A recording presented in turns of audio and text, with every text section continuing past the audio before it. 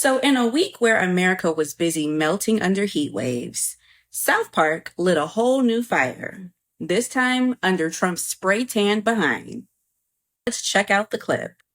Y'all, South Park did what South Park does, and now Trump is big mad. I'm talking threatening lawsuits and silencing critics type of mad. And I can see why. This episode didn't just go viral, it went nuclear.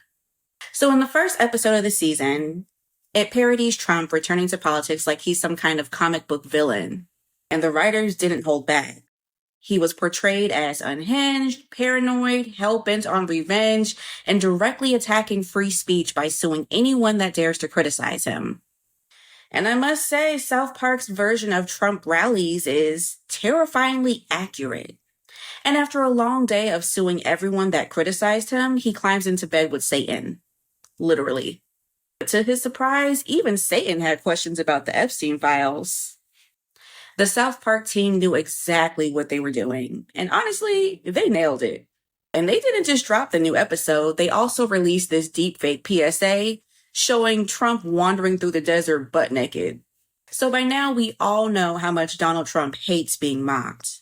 The official White House response was dropped literally within 24 hours by Press Secretary Taylor Rogers.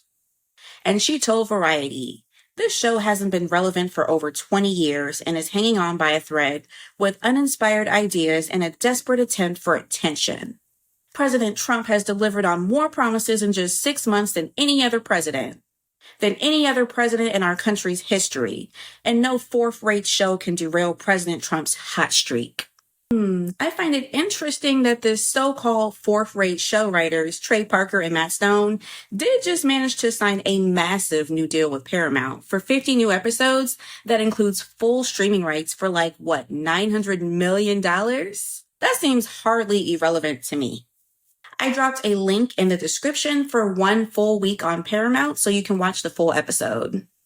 So South Park did what South Park does best, and that's mock the powerful elite, piss off the right, and nearly break the internet while doing it. Meanwhile, Paramount is thriving off of the attention. You know they're probably sipping champagne, watching the rage tweets just roll in. But maybe they felt just a little guilty because they did drop this apology shortly after the show aired. Action today, have you been following it? What do you make of it? We're terribly sorry.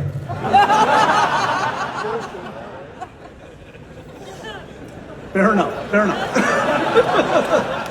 We'll leave it there. It's all good.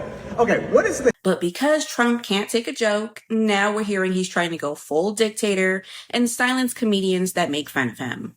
I'm sure by now you've heard that The Late Show with Stephen Colbert was canceled, and he may have just been the first on the chopping block. Trump is coming for every one of his critics. So late night might be dying, but Trump's ego will always be fighting for airtime.